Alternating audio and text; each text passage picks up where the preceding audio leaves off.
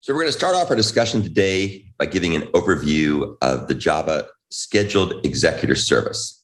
And I'll give you an idea of what the Scheduled Executor Service does, and I'll also give you a summary of some of the key methods it provides and some of the key related interfaces and classes that are used as part of this framework. So what the Scheduled Executor Service does is it extends executor service to schedule commands that'll run after a given delay and or be able to be executed periodically. So we'll see that there's a couple of different methods here. One is going to be a one-shot scheduled command where you can schedule something to run in the future, schedule a task to run in the future. And there's also another set of methods that can be used to schedule tasks to run periodically, say once a second for forever or for some amount of time, and so on and so forth. And the key purpose of this class and this part of the framework is to do time-based operations. So here are some of the key methods. You can see that there's this scheduled executor service interface that extends the executor service interface. And two of the methods it has are called schedule. And as you can see, schedule will schedule the execution of a one-shot task. In other words, it's just going to run one time. And it's going to run at some given delay. And you can see that there's a pair of these methods. And the first one is going to be used to schedule a callable. Remember, the callable are these two-way tasks. And then there's also a method that will schedule a runnable. And again, I think at this point, you're probably familiar with the fact that a runnable is a one-way task.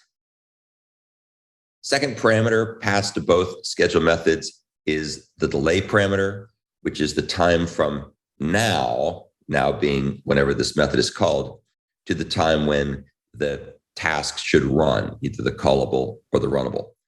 Now notice that the delay parameter here is specified using so-called relative time. In other words, that's relative to the current time of day, not absolute time. There are other time-based mechanisms in Java, such as the timer class, that use absolute time, but this uses relative time.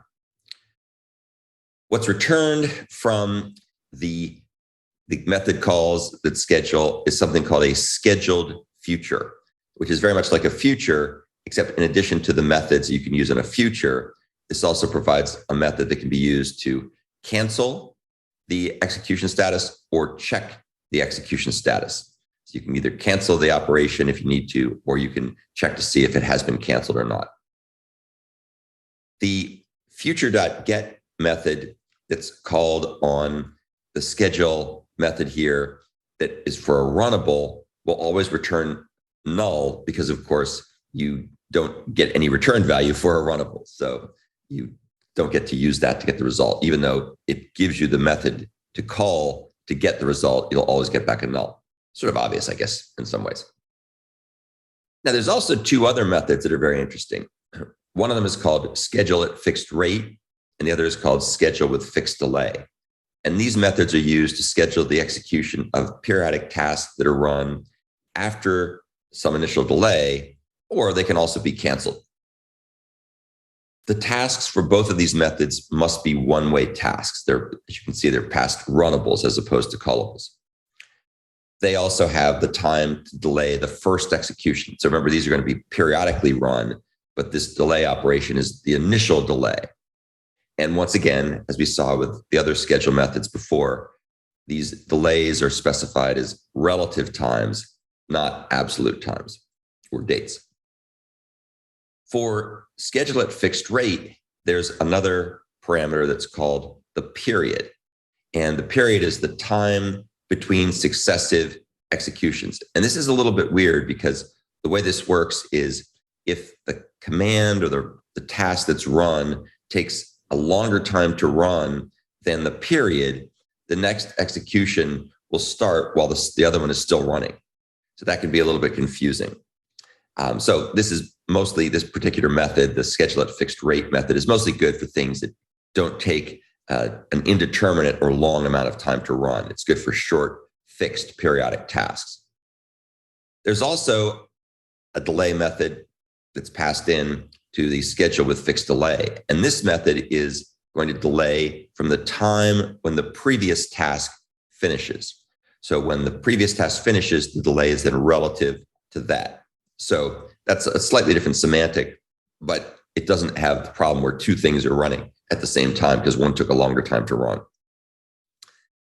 Both of these methods return objects that are scheduled futures, and they can either be canceled or they can be used to check for execution status.